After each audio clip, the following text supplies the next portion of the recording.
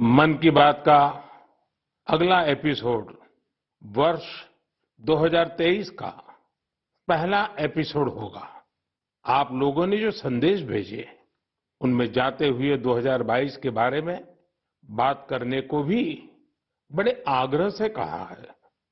अतीत का अवलोकन तो हमेशा हमें वर्तमान और भविष्य की तैयारियों की प्रेरणा देता है। 2022 में देश के लोगों का सामर्थ्य, उनका सहयोग, उनका संकल्प, उनकी सफलता का विस्तार इतना ज्यादा रहा कि मन की बात में सभी को समेटना मुश्किल होगा। 2022 वाकई कई मायनों में बहुत ही प्रेरक रहा, अद्भुत रहा। इस साल भारत ने अपनी आजादी के 75 वर्ष पूरे किए और इसी वर्ष अमृत काल का प्रारंभ हुआ। इस साल देश ने नई रफ्तार पकड़ी। सभी देशवासियों ने एक से बढ़कर एक काम किया। 2022 की विभिन्न सफलताओं ने आज पूरे विश्व में भारत के लिए एक विशेष स्थान बनाया है। 2022 यानी भारत द्वारा दुनिया की 5वीं सबसे बड़ी अर्थव्यवस्था का मुकाम हासिल करना। 2022 यानी भारत द्वारा 220 करोड़ वैक्सीन का अविश्वसनीय आंकड़ा पार करने का रिकॉर्ड। 2022 यानी भारत द्वारा निर्यात का $400 बिलियन का जादुई आंकड़ा पार कर जाना। 2022 यानी देश के जन जन द्वारा आत्मनिर्भर भारत के संकल्प को अपनाना, जी कर दिखाना। 2022 यानी भारत के पहले स्वदेशी एयरक्राफ्ट कैरियर आईएनएस विक्रांत का स्वागत। 2022 यानी स्पेस, ड्रोन और डिफेंस सेक्टर में भारत का परचम। 2022 यानी हर क्षेत्र में भारत का दमखम। खेल के मैदान में भी, चाहे कॉमनवेल्थ गेम्स हो या हमारी महिला हॉकी टीम की जीत, हमारे युवाओं ने जबरदस्त सामर्थ्य दिखाया। साथियों, इन सब के साथ ही साल 2022 एक और कारण से हमेशा याद किया जाएगा।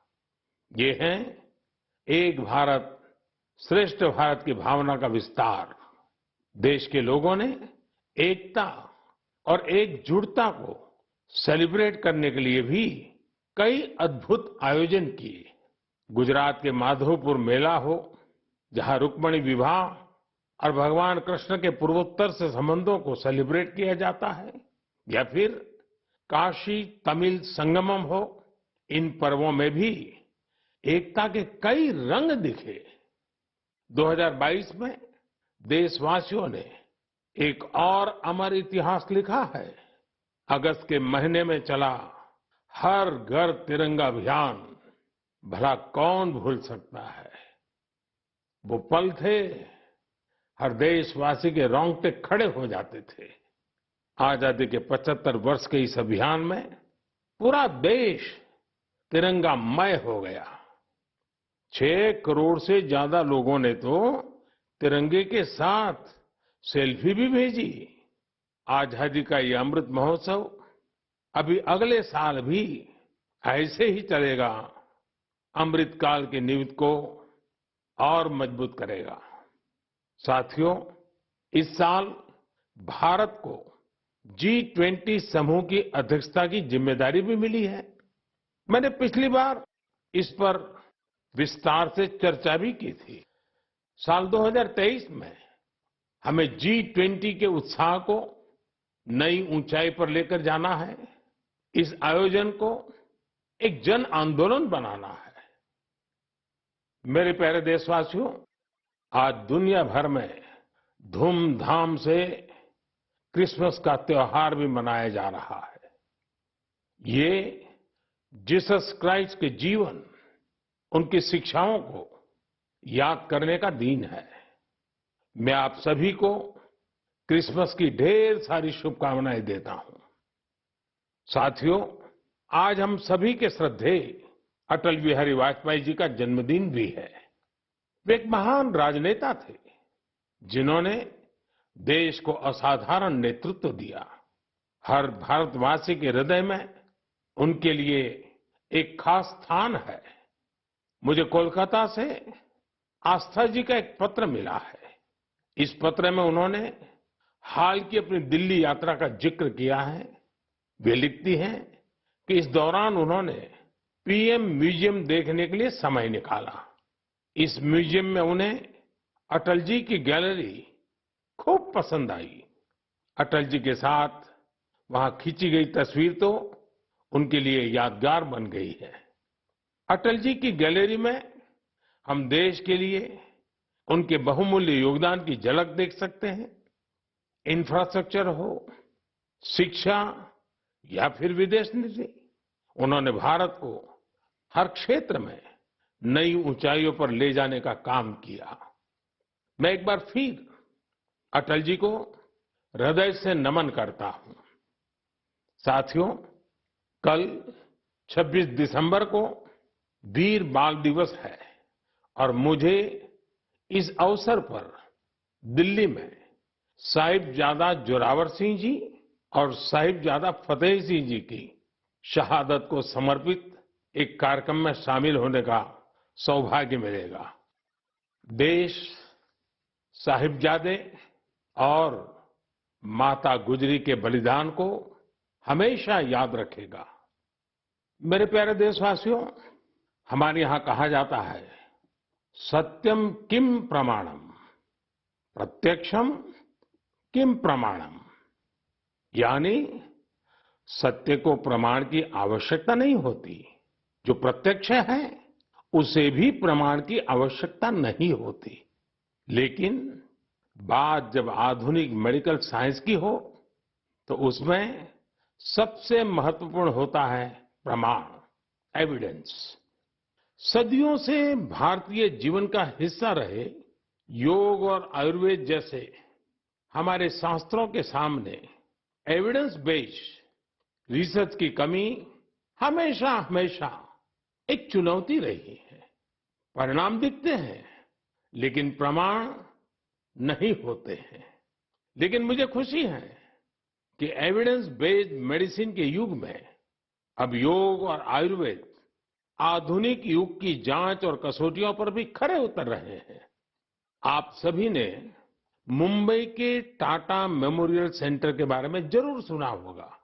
इस संस्थान ने रिसर्च, इनोवेशन और कैंसर केयर में बहुत नाम कमाया है। इस सेंटर द्वारा की गई एक इंटेंसिव रिसर्च में सामने आया है कि ब्रेस्ट कैंसर के मरीजों के लिए योग बहुत ज्यादा असरकारी है।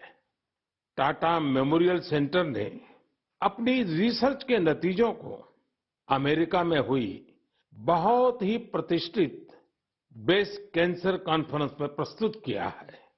इन नतीजों ने दुनिया के बड़े बड़े एक्सपर्ट्स का ध्यान अपनी तरफ खींचा है, क्योंकि टाटा मेमोरियल सेंटर ने एविडेंस के साथ बताया है कि कैसे मरीजों को योग से लाभ हुआ है। इस सेंटर की रिसर्च के मुताबिक योग के नियमित अभ्यास से ब्रेस्ट कैंसर के मरीजों की बीमारी के फिर से उभरने और मृत्यु के खतरे में 15% तक की कमी आई है। भारतीय पारंपरिक चिकित्सा में यह पहला उदाहरण है जिसे पश्चिमी तौर तरीकों वाले कड़े मानकों पर परखा गया है। साथ ही यह पहली स्टडी है जिसमें ब्रेस्ट कैंसर से प्रभावित महिलाओं में योग से क्वालिटी ऑफ लाइफ के बेहतर होने का पता चला है। इसके लॉन्ग टर्म बेनिफिट्स भी सामने आए हैं। टाटा मेमोरियल सेंटर ने अपनी स्टडी के नतीजों को पेरिस में हुए European society of medical oncology में उस सम्मेलन में प्रस्तुत किया है। साथियों, आज के युग में भारतीय चिकित्सा पद्धतियां जितनी ज्यादा एविडेंस बेस्ड होगी उतनी ही पूरे विश्व में उनकी स्वीकार्यता बढ़ेगी। इसी सोच के साथ दिल्ली के एम्स में भी एक प्रयास किया जा रहा है।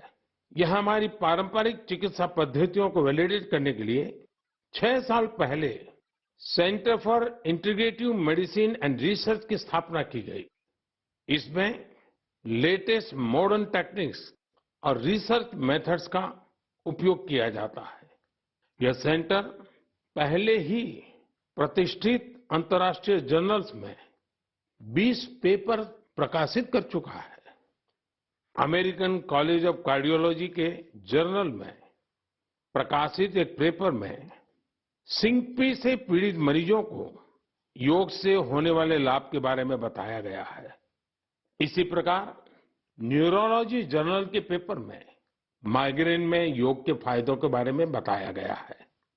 इनके अलावा कई और बीमारियों में भी योग के बेनिफिट्स को लेकर स्टडी की जा रही है, जैसे heart disease, depression, sleep disorders और प्रेगनेंसी के दौरान महिलाओं को होने वाली समस्याएं।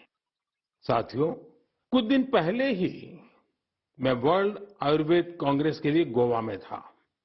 इसमें 40 से ज्यादा देशों के डेलीगेट शामिल हुए और यहाँ 550 से अधिक साइंटिफिक पेपर्स प्रेजेंट किए गए। भारत सहित दुनिया भर की करीब 215 कंपनियों ने यहाँ एग्जीबिशन में अपने प्रोडक्ट्स को डिस्प्ले किया। 4 दिनों तक चले इस एक्सपो में 1 लाख से भी अधिक लोगों ने आयुर्वेद से जुड़े अपने एक्सपीरियंस को एंजॉय किया। आयुर्वेद कांग्रेस में भी मैंने दुनिया भर से जुटे आयुर्वेद एक्सपर्ट्स के सामने एविडेंस बेस्ड रिसर्च का आग्रह दोहराया। जिस तरह कोरोना वैश्विक महामारी के इस समय में योग और आयुर्वेद की शक्ति को हम सभी देख रहे हैं, उसमें इनसे जुड़ी एविडेंस बेस्ड रिसर्च बहुत ही महत्वपूर्ण साबित होगी। मेरा आपसे भी आग्रह है कि योग, आयुर्वेद और हमारी पारंपरिक चिकित्सा पद्धतियों से जुड़े हुए ऐसे प्रयासों के बारे में अगर आपके पास कोई जानकारी हो तो उन्हें सोशल मीडिया पर जरूर शेयर करें। मेरे प्यारे देशवासियों, बीते कुछ वर्षों में हमने स्वास्थ्य क्षेत्र से जुड़ी कई बड़ी चुनौतियों पर विजय पाई है। इसका पूरा श्रेय हमारे मेडिकल एक्सपर्ट्स, साइंटिस्ट और देशवासियों की इच्छा शक्ति को जाता है। हमने भारत से स्मॉल पॉक्स, पोलियो और गिनी वॉर्म जैसी बीमारियों को समाप्त करके दिखाया है। आज मन की बात के श्रोताओं को मैं एक और चुनौती के बारे में बताना चाहता हूं, जो अब समाप्त होने की कगार पर है। ये चुनौती है, ये बीमारी है कालाजार। इस बीमारी का परजीवी सैंड फ्लाई यानी बालू मक्खी के काटने से फैलता है। जब किसी को कालाजार होता है तो उसे महीनों तक बुखार रहता है, खून की कमी हो जाती है, शरीर कमजोर पड़ जाता है और वजन भी घट जाता है। यह बीमारी बच्चों से लेकर बड़ों तक किसी को भी हो सकती है, लेकिन सबका प्रयास से कालाजार नाम की ये बीमारी अब तेजी से समाप्त होती जा रही है। कुछ समय पहले तक कालाजार का प्रकोप 4 राज्यों के 50 से अधिक जिलों में फैला हुआ था, लेकिन अब ये बीमारी बिहार और झारखंड के 4 जिलों तक ही सिमटकर रह गई है। मुझे विश्वास है बिहार, झारखंड के लोगों का सामर्थ्य, उनकी जागरूकता इन 4 जिलों से भी कालाजार को समाप्त करने में सरकार के प्रयासों को मदद करेगी। कालाजार प्रभावित क्षेत्रों के लोगों से भी मेरा आग्रह है कि वो दो बातों का जरूर ध्यान रखें। एक है सैंड फ्लाई या बालू मक्खी पर नियंत्रण, और दूसरा जल्द से जल्द इस रोग की पहचान और पूरा इलाज। कालाजार का इलाज आसान है। इसके लिए काम आने वाली दवाएं भी बहुत कारगर होती हैं। बस आपको सतर्क रहना है। बुखार हो तो लापरवाही ना बरतें और बालू मक्खी को खत्म करने वाली दवाइयों का छिड़काव भी करते रहें।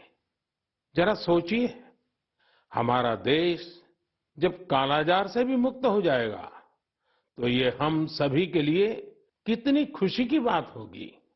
सबका प्रयास की इसी भावना से हम भारत को 2025 तक टीबी मुक्त करने के लिए भी काम कर रहे हैं। आपने देखा होगा, बीते दिनों जब टीबी मुक्त भारत अभियान शुरू हुआ तो हजारों लोग टीबी मरीजों की मदद के लिए आगे आए। ये लोग निक्षय मित्र बनकर टीबी के मरीजों की देखभाल कर रहे हैं, उनकी आर्थिक मदद कर रहे हैं। जन सेवा और जन भागीदारी की यही शक्ति हर मुश्किल लक्ष्य को प्राप्त करके ही दिखाती है। मेरे प्यारे देशवासियों, हमारी परंपरा और संस्कृति का मां गंगा से अटूट नाता है। गंगा जल हमारी जीवन धारा का अभिन्न हिस्सा रहा है और हमारे शास्त्रों में भी कहा गया है, नमामि गंगे तव पाद पंकजम सुर असुरई वंदित दिव्य रूपम भुक्तिम च मुक्तिम च ददासि नित्यम भाव अनुसारेण सदा नराणाम। अर्थात, हे मां गंगा, आप अपने भक्तों को उनके भाव के अनुरूप सांसारिक सुख, आनंद और मोक्ष प्रदान करती है। सभी आपके पवित्र चरणों का वंदन करते हैं। मैं भी आपके पवित्र चरणों में अपना प्रणाम अर्पित करता हूं। ऐसे में सदियों से कल कल बहती मां गंगा को स्वच्छ रखना हम सबकी बहुत बड़ी जिम्मेदारी है। इसी उद्देश्य के साथ 8 साल पहले हमने नमामि गंगे अभियान की शुरुआत की थी। हम सभी के लिए गौरव की बात है कि भारत की इस पहल को आज दुनिया भर की सराहना मिल रही है। यूनाइटेड नेशंस ने नमामि गंगे मिशन को इकोसिस्टम को रिस्टोर करने वाली दुनिया के टॉप 10 इनिशिएटिव में शामिल किया है। ये और भी खुशी की बात है कि पूरे विश्व के 160 ऐसे इनिशिएटिव्स में नमामि गंगे को यह सम्मान मिला है। साथियों, नमामि गंगे अभियान की सबसे बड़ी ऊर्जा लोगों की निरंतर सहभागिता है। नमामि गंगे अभियान में गंगा प्रहरियों और गंगा दूतों की भी बड़ी भूमिका है। वे पेड़ लगाने, घाटों की सफाई, गंगा आरती, नुक्कड़ नाटक, पेंटिंग और कविताओं के जरिए जागरूकता फैलाने में जुटे हैं। इस अभियान से बायोडायवर्सिटी में भी काफी सुधार देखा जा रहा है। हिल्सा मछली, गंगा डॉल्फिन और कछुओं की विभिन्न प्रजातियों की संख्या में काफी वृद्धि हुई है। गंगा का इकोसिस्टम क्लीन होने से आजीविका के अन्य अवसर भी बढ़ रहे हैं। यहां मैं जलज आजीविका मॉडल की चर्चा करना चाहूंगा, जो कि बायोडायवर्सिटी को ध्यान में रखकर तैयार किया गया है। इस टूरिज्म बेस्ड बोट सफारीज को 26 लोकेशंस पर लॉन्च किया गया है। जाहिर है, नमामि गंगे मिशन का विस्तार, उसका दायरा नदी की सफाई से कहीं ज्यादा बढ़ा है। ये जहां हमारी इच्छा शक्ति और अथक प्रयासों का एक प्रत्यक्ष प्रमाण है, वहीं ये पर्यावरण संरक्षण की दिशा में विश्व को भी एक नया रास्ता दिखाने वाला है। मेरे प्यारे देशवासियों, जब हमारी संकल्प शक्ति मजबूत हो तो बड़ी से बड़ी चुनौती भी आसान हो जाती है। इसकी मिसाल पेश की है सिक्किम के थेगू गांव के संगे शेरपा जी ने। ये पिछले 14 साल से 12,000 फीट से भी ज्यादा की ऊंचाई पर पर्यावरण संरक्षण के काम में जुटे हुए हैं। संगे जी ने सांस्कृतिक और पौराणिक महत्व का सोमगो लेक, उसे स्वच्छ रखने का बीड़ा उठा लिया है। अपने अथक प्रयासों से उन्होंने इस ग्लेशियर लेक का रंग रूप ही बदल डाला है। साल 2008 में संगे शेरपा जी ने जब स्वच्छता का यह अभियान शुरू किया था, तब उन्हें कई मुश्किलों का सामना करना पड़ा, लेकिन देखते ही देखते उनके इस नेक कार्यों में युवाओं और ग्रामीणों के साथ ही पंचायत का भी भरपूर सहयोग मिलने लगा। आज आप अगर सोमगो लेक को देखने जाएंगे तो वहां चारों ओर आपको बड़े-बड़े गार्बेज बिन्स मिलेंगे। अब यहाँ जमा हुए कूड़े कचरे को रिसाइकलिंग के लिए भेजा जाता है। यहाँ आने वाले पर्यटकों को कपड़े से बने गार्बेज बैग्स भी दिए जाते हैं, ताकि कूड़ा कचरा इधर उधर न फेंके। अब बेहद साफ सुथरी हो चुकी इस झील को देखने हर साल करीब 5 लाख पर्यटक यहाँ पहुंचते हैं। सोमगो लेक के संरक्षण के इस अनूठे प्रयास के लिए संगे शेरपा जी को कई संस्थाओं ने सम्मानित भी किया है। ऐसी ही कोशिशों के बदौलत आज सिक्किम की गिनती भारत के सबसे स्वच्छ राज्यों में होती है। मैं संगे शेरपा जी और उनके साथियों के साथ साथ देश भर में पर्यावरण संरक्षण के नेक प्रयास में जुटे लोगों की भी हृदय से प्रशंसा करता हूं। साथियों, मुझे खुशी है कि स्वच्छ भारत मिशन आज हर भारतीय के मन में रच बस चुका है। साल 2014 में इस जन आंदोलन के शुरू होने के साथ ही इसे नई ऊंचाइयों पर ले जाने के लिए लोगों ने कई अनूठे प्रयास किए हैं, और ये प्रयास सिर्फ समाज के भीतर ही नहीं, बल्कि सरकार के भीतर भी हो रहे हैं। लगातार इन प्रयासों का परिणाम ये है, कूड़ा कचरा हटने के कारण, बिन जरूरी सामान हटने के कारण दफ्तरों में काफी जगह खुल जाती है, नया स्पेस मिल जाता है। पहले जगह के अभाव में दूर दूर किराए पर दफ्तर रखने पड़ते थे। इन दिनों ये साफ सफाई के कारण इतनी जगह मिल रही है कि अब एक ही स्थान पर सारे दफ्तर बैठ रहे हैं। पिछले दिनों सूचना और प्रसारण मंत्रालय ने भी मुंबई में, अहमदाबाद में, कोलकाता में, शिलांग में, कई शहरों में अपने दफ्तरों में भरपूर प्रयास किया, और उसके कारण आज उनको 2-2, 3-3 मंजिलें पूरी तरह नए सिरे से काम में आ सके ऐसी उपलब्ध हो गई। ये अपने आप में स्वच्छता के कारण हमारे संसाधनों का ऑप्टिमम यूटिलाइजेशन का उत्तम अनुभव आ रहा है। समाज में भी, गांव-गांव, शहर-शहर में भी, उसी प्रकार से दफ्तरों में भी ये अभियान देश के लिए भी हर प्रकार से उपयोगी सिद्ध हो रहा है। मेरे प्यारे देशवासियों, हमारे देश में अपनी कला संस्कृति को लेकर एक नई जागरूकता आ रही है, एक नई चेतना जागृत हो रही है। मन की बात में हम अक्सर ऐसे उदाहरणों की चर्चा भी करते हैं, जैसे कला, साहित्य और संस्कृति समाज की सामूहिक पूंजी होते हैं। वैसे ही इन्हें आगे बढ़ाने की जिम्मेदारी भी पूरे समाज की होती है।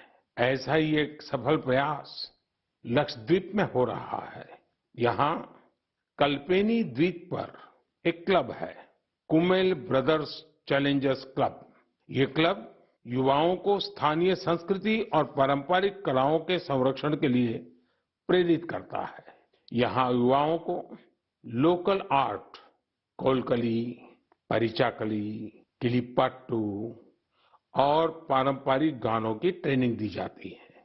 यानी पुरानी विरासत नई पीढ़ी के हाथों में सुरक्षित हो रही है, आगे बढ़ रही है। और साथियों, मुझे खुशी है, इस प्रकार के प्रयास देश में ही नहीं, विदेश में भी हो रहे हैं। हाल ही में दुबई से खबर आई कि वहां के कलारी क्लब ने Guinness book of world records में नाम दर्ज किया है। कोई भी सोच सकता है कि दुबई के क्लब ने रिकॉर्ड बनाया तो जो भारत से क्या संबंध। दरअसल ये रिकॉर्ड भारत की प्राचीन मार्शल आर्ट कलारीपयट्टू से जुड़ा है। ये रिकॉर्ड एक साथ सबसे अधिक लोगों के द्वारा कलारी के प्रदर्शन का है। कलारी क्लब दुबई में दुबई पुलिस के साथ मिलकर ये प्लान किया और यूएई के नेशनल डे में प्रदर्शित किया। इस आयोजन में 4 साल के बच्चों से लेकर 60 वर्ष तक के लोगों ने कलारी की अपनी क्षमता का बेहतरीन प्रदर्शन किया। अलग अलग पीढ़ियां कैसे एक प्राचीन परंपरा को आगे बढ़ा रही हैं, पूरे मनोयोग से बढ़ा रही हैं, ये उसका अद्भुत उदाहरण है। साथियों, मन की बात के श्रोताओं को मैं कर्नाटका के गडक जिले में रहने वाले कवेम श्री जी के बारे में भी बताना चाहता हूँ। कवेम श्री दक्षिण में कर्नाटका की कला संस्कृति को पुनर्जीवित करने के मिशन में पिछले 25 वर्षों से अनवरत लगे हुए हैं। आप कल्पना कर सकते हैं कि उनकी तपस्या कितनी बड़ी है। पहले तो वो होटल मैनेजमेंट के प्रोफेशन से जुड़े थे, लेकिन अपनी संस्कृति और परंपरा को लेकर उनका लगाव इतना गहरा था कि उन्होंने इसे अपना मिशन बना लिया। उन्होंने कला चेतना के नाम से एक मंच बनाया। ये मंच आज कर्नाटका के और देश विदेश के कलाकारों के कई कार्यक्रम आयोजित करता है। इसमें लोकल आर्ट और कल्चर को प्रमोट करने के लिए कई इनोवेटिव काम भी होते हैं। साथियों, अपनी कला संस्कृति के प्रति देशवासियों के उत्साह अपनी विरासत पर गर्व की भावना का ही प्रकटीकरण है। हमारे देश में तो हर कोने में ऐसे कितने ही रंग बिखरे हैं। हमें भी उन्हें सजाने, संवारने और संरक्षित करने के लिए निरंतर काम करना चाहिए। मेरे प्यारे देशवासियों, देश के अनेक क्षेत्रों में बांस से अनेक सुंदर और उपयोगी चीजें बनाई जाती हैं। विशेष रूप से आदिवासी क्षेत्रों में बांस के कुशल कारीगर कुशल कलाकार है। जब से देश ने बैम्बू से जुड़े अंग्रेजों के जमाने के कानूनों को बदला है, इसका एक बड़ा बाजार तैयार हो गया है। महाराष्ट्र के पालघर जैसे क्षेत्रों में भी आदिवासी समाज के लोग बैम्बू से कई खूबसूरत प्रोडक्ट्स बनाते हैं। बैम्बू से बनने वाले बॉक्सेस, कुर्सी, चायदानी, टोकरियां और ट्रे जैसी चीजें खूब लोकप्रिय हो रही है। यही नहीं, ये लोग बैम्बू घास से खूबसूरत कपड़े और सजावट की चीजें भी बनाते हैं। इससे आदिवासी महिलाओं को रोजगार भी मिल रहा है और उनके हुनर को पहचान भी मिल रही है। साथियों, कर्नाटका के एक दंपति सुपारी के रेशे से बनी कई यूनिक प्रोडक्ट्स इंटरनेशनल मार्केट तक पहुंचा रहे हैं। कर्नाटका में शिवमोगा में ये दंपति हैं, श्रीमान सुरेश और उनकी पत्नी श्रीमती मैथिली। ये लोग सुपारी के रेशे से ट्रे, प्लेट और हैंडबैग से लेकर कई डेकोरेटिव चीजें बना रहे हैं। इसी रेशे से बनी चप्पलें भी आज खूब पसंद की जा रही हैं। उनके प्रोडक्ट्स आज लंदन और यूरोप के दूसरे बाजारों तक में बिक रहे हैं। यही तो हमारे प्राकृतिक संसाधनों और पारंपरिक हुनर की खूबी है, जो सबको पसंद आ रही है। भारत के इस पारंपरिक ज्ञान में दुनिया सस्टेनेबल फ्यूचर के रास्ते देख रही है। हमें खुद भी इस दिशा में ज्यादा से ज्यादा जागरूक होने की जरूरत है। हम खुद भी ऐसे स्वदेशी और लोकल प्रोडक्ट इस्तेमाल करें और दूसरों को भी ये उपहार में दें। इससे हमारी पहचान भी मजबूत होगी, स्थानीय अर्थव्यवस्था भी मजबूत होगी और बड़ी संख्या में लोगों का भविष्य भी उज्जवल होगा। मेरे प्यारे देशवासियों, अब हम धीरे-धीरे मन की बात के 100वें एपिसोड के अभूतपूर्व पड़ाव की ओर बढ़ रहे हैं। मुझे कई देशवासियों के पत्र मिले हैं, जिनमें उन्होंने 100वें एपिसोड के बारे में बड़ी जिज्ञासा प्रकट की है। 100वें एपिसोड में हम क्या बात करें, उसे कैसे खास बनाएं, इसके लिए आप मुझे अपने सुझाव भेजेंगे तो मुझे बहुत अच्छा लगेगा। अगली बार हम वर्ष 2023 में मिलेंगे। मैं आप सभी को वर्ष 2023 की शुभकामनाएं देता हूं। ये वर्ष भी देश के लिए खास रहे, देश नई ऊंचाइयों को छूता रहे। हमें मिलकर के संकल्प भी लेना है, साकार भी करना है। इस समय बहुत से लोग छुट्टियों के मूड में भी हैं। आप पर्वों को, इन अवसरों का खूब आनंद लीजिए, लेकिन थोड़ा सतर्क भी रहिए। आप भी देख रहे हैं कि दुनिया के कई देशों में कोरोना बढ़ रहा है। इसलिए हमें मास्क और हाथ धुलने जैसी सावधानियों का और ज्यादा ध्यान रखना है। हम सावधान रहेंगे तो सुरक्षित भी रहेंगे और हमारे उल्लास में कोई रुकावट भी नहीं पड़ेगी। इसी के साथ आप सभी को एक बार फिर ढेरों शुभकामनाएं। बहुत बहुत धन्यवाद।